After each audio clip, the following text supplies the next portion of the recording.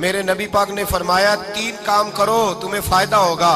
حضرت عبدالرحمن ابن عوف فرماتے ہیں میں نے اس کا تجربہ کیا اس حدیث کا, اور آپ فرمایا کرتے تھے مجھے اللہ کی عزت کی قسم جو میرے نبی نے کہا حق اور سچی کا ہے, حق اور سچ کا ہے. حضور سید عالم صلی اللہ علیہ وسلم نے فرمایا صدقہ دینے سے مال کم نہیں ہوتا. صدقہ دینے سے مال جی کیا کرنے سے, یہ وعدہ ہے نبی پاک کا. صدقہ دینے سے پیسے, اچھا بتائے نا جی مجھے 1000 میں سے 500 دے دیا تو باقی کتنے رہ گئے؟ تو حضور فرما رہے ہیں کم نہیں ہوتے. 1000 دے دیا تو باقی کتنا بچا؟ نہیں بھائی, میرے محبوب فرماتے ہیں تو اللہ کے راستے میں 1 دے وہ تجھے 700 گنا کر کے واپس عطا فرمائے گا. نبی پاک نے فرمایا صدقہ دینے سے مال کم نہیں ہوتا, اور فرمایا معذرت کرنے سے عزت میں کمی نہیں آتی. معذرت کرنے سے عزت میں کمی, اللہ اکبر, معذرت کرنے سے عزت میں کمی. اور حد کر دی میرے حبیب نے, فرمایا تو رب کی رضا کے لیے عاجزی کر, تیرے نبی کا وعدہ ہے اللہ تجھے عزت عطا فرما دے گا. تو جھک جا اللہ کی رضا, عاجزی اختیار کر, سادگی اختیار کر, سادگی عاجزی کر, تجھے اللہ 2 باتیں اس میں ارشاد, ایک معذرت کر غلطی ہو جائے, اور دوسرا پہلے عاجزی کی بات سنیں. حضرت عمر بن عبدالعزیز بادشاہ تھے, سوئے ہوئے تھے, غلام بھی پاس آرام کر رہا تھا, مہمان بھی آئے تھے. غلام کی ڈیوٹی تھی ہر وقت حضرت کے پاس رہنا. اب سوئے ہوئے دیر ہو گئی, غلام بیچارہ تھوڑا تھوڑا اونگ آتے آتے سو گیا. حضرت چراغ روشن تھا, کچھ لکھ رہے تھے, مہمان بیٹھا تھا, خادم سو گیا. اب چراغ نہ آہستہ آہستہ گل ہو گیا, بجھ گیا. حضرت اٹھے, بوڑھے آدمی تھے, چراغ صحیح کرنے. مہمان کہنے لگے حضور میں نہ کر دوں, میں نہ کر دوں. کہنے لگے نہیں تم مہمان ہو, مہمان سے خدمت نہیں لی جاتی. تو اس نے کہا غلام کو جگائیے. فرمانے لگے ابھی تو بیچارہ سویا ہے اور نیند سے بیدار کر دوں. خود گئے, اس میں تیل دوبارہ ڈالا, بتی ٹھیک کی, جلائی, واپس آ گئے. وہ مہمان, اب بادشاہ کا مہمان بھی تو کوئی بادشاہ ہی ہوگا نا. کہنے لگا حضور آپ اپنے کام خود کرتے ہیں, کیا لفظ ہے, کیا حسن ہے, اور 2 جملوں میں کیا تاثیر ہے. آپ فرمانے لگے ہاں میں اپنے کام خود کرتا ہوں.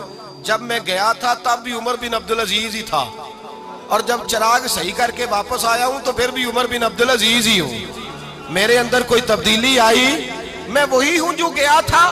حضرت سیدنا فاروق اعظم رضی اللہ تعالیٰ عنہ فرماتے میں بیٹھا تھا, اور ابھی 3 دن ہوئے تھے نبی پاک صلی اللہ علیہ وسلم کے وصال ظاہری کو. میں بیٹھا ہوا تھا, 2-3 بچیاں آ گئی, اور حضرت ابوبکر صدیق رضی اللہ تعالیٰ عنہ کے سامنے آ کے بیٹھ کے رونے لگی. جناب صدیق اکبر رضی اللہ تعالیٰ عنہ کا بچیوں روتی کیوں ہو؟ تو کہنے لگے آپ خلیفہ بن گئے ہیں. جب سے ہمارے ابا کا انتقال ہوا تھا ہمارا ذریعہ معاش یہ تھا کہ ہم نے بکریاں رکھی ہوئی تھی. آپ روز آتے تھے, بکریوں کا دودھ دھوتے تھے, ہم پی بھی لیتی تھی, بیچ کے گزارا بھی کر لیتی. اب آپ تو خلیفہ بن گئے, کون آیا کرے گا؟ تو حضرت ابوبکر صدیق فرمانے لگے تمہیں پتہ ہے جو خلیفہ ہوتا ہے وہ تو خادم ہوتا ہے قوم کا, میں آیا کروں گا. حضرت ابوبکر صدیق روزانہ اٹھتے عصر کے بعد اور جاتے, خلیفہ ہونے کے باوجود ان بچیوں کی بکریوں کو پکڑتے, دودھ دھوتے, ان کے گھر میں دے کے آتے. حضرت فاروق اعظم جب بھی دیکھتے تو کہتے ابوبکر تو پیچھے آنے والوں کے لیے رستہ بڑا مشکل کر رہا ہے, بڑا مشکل کر رہا ہے. جگر راہ وفا میں نقش ایسے چھوڑ آیا ہوں, میں جس منزل سے گزرا ہوں وہ اب تک یاد کرتی ہے. حضرت سلمان فارسی رضی اللہ تعالیٰ عنہ صوبے کے گورنر تھے, سادہ سا لباس پہن کر, سادہ سا, بس اسٹاپ پہ کھڑے تھے, جہاں سے لوگ اندر داخل ہوتے تھے, جہاں سواریاں باندھی جاتی تھی, آج ہم اپنے زبان میں اسے بس اسٹاپ کہتے. باہر کھڑے تھے, کوئی مہمان آ گیا کسی کا, اس نے دیکھا سادے سے کپڑے ہیں, خستہ سی حالی ہے, اس نے سمجھا کوئی کلی ہے شاید, معاذ اللہ کوئی ملازم ہے. کہنے لگا خادم ادھر آؤ, ادھر آؤ. آپ قریب گئے, کہنے لگے میرا سامان اٹھاؤ. امام غزالی فرماتے ہیں جب تو علم پڑھنے بیٹھتا ہے تو یہ بھی خیال کرنا تیرے اندر تکبر کا بوٹا نہ لگ جائے, عاجزی اختیار کرنا. عاجزی, سر پہ رکھا ہوا ہے سامان. حضرت سلمان فارسی نے, گورنر صاحب نے, اس آدمی کا, مہمان کا سر پہ سامان رکھا اور جا رہے. سنو اور غور کرو. جب جا رہے تھے جو آدمی بھی ملتا, گورنر صاحب ہمیں دے دے.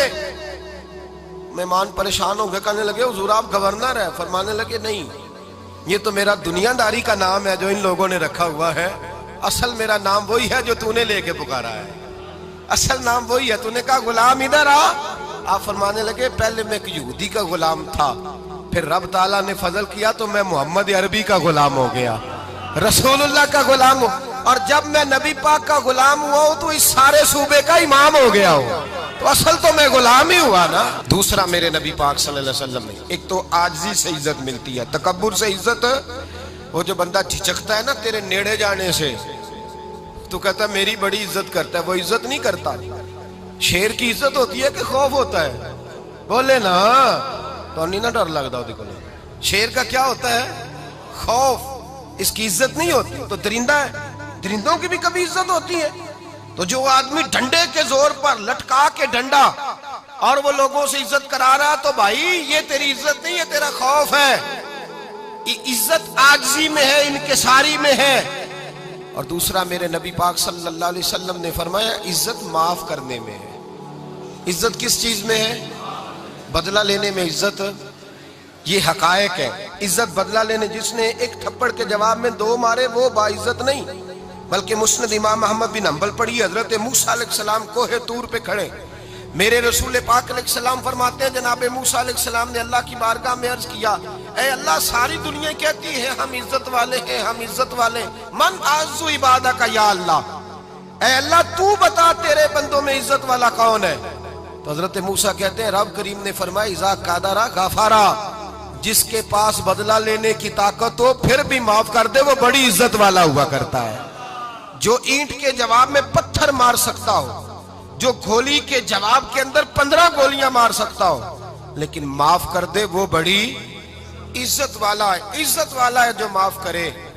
حضرت فخر جہاں دہلوی بہت بڑے درویش تھے، سلسلہ عالیہ چشتیہ کا بہت بڑا نام، اور اس صوفی کے آپ حالات پڑھیں تو رب کریم نے بڑا ہی نوازا ہوا تھا۔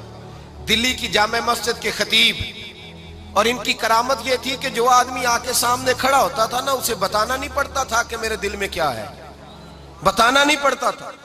سامنے آ کے کھڑا ہوتا تھا تو حضرت ہاتھ اٹھاتے تھے، کہتے تھے اللہ یہ بے اولاد ہے اسے اولاد عطا کر دے۔ دوسرا آ کے کھڑا ہوا، خوشی نہیں ہو رہی آپ کو؟